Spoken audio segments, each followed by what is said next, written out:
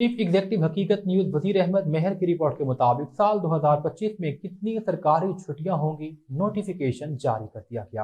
हुकूमत ने साल 2025 में आम तातीलात और इख्तियारी छुट्टियों के हवाले से नोटिफिकेशन जारी किया है, जिसके मुताबिक साल में 40 छुट्टियां होंगी।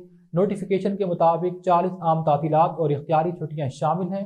आइंदा साल 17 आम तातीलात दी जाएंगी। नोटिफिकेशन के मुताबिक 5 फरवरी योम कश्मीर, 23 मार्च 2025 योम पाकिस्तान, 1 मई योम मजदूर और योम तकबीर के मौका पर 28 मई को आम तातील होगी।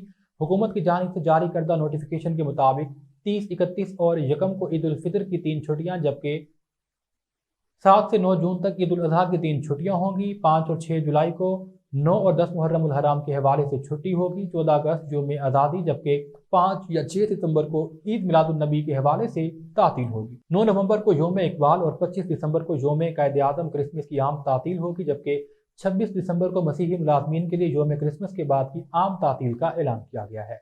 हुकूमत ने नोटिफिकेशन में कहा कि साल 2025 के लिए इस्लामी छुट्टियां मुतवक्के तारीख के हिसाब से तय की गई हैं। चांद की रोयत के हिसाब से छुट्टियों का अलग नोटिफिकेशन भी जारी किया जाएगा। 2025 में 1 जनवरी, 1 मार्च, 1 जुलाई को बैंकों की छुट्टी होगी। नोटिफिकेशन में मजीद कहा गया है कि मुस्लिम हुकूमती मुलाजमीन को एक साल में 1 से ज़्यादा ऑप्शनल छुट्टी नहीं दी जाएगी। गैर मुस्लिम हुकूमती मुलाजमीन को साल में 3 से ज़ायद ऑप्शनल छुट्टियाँ नहीं मिलेंगी।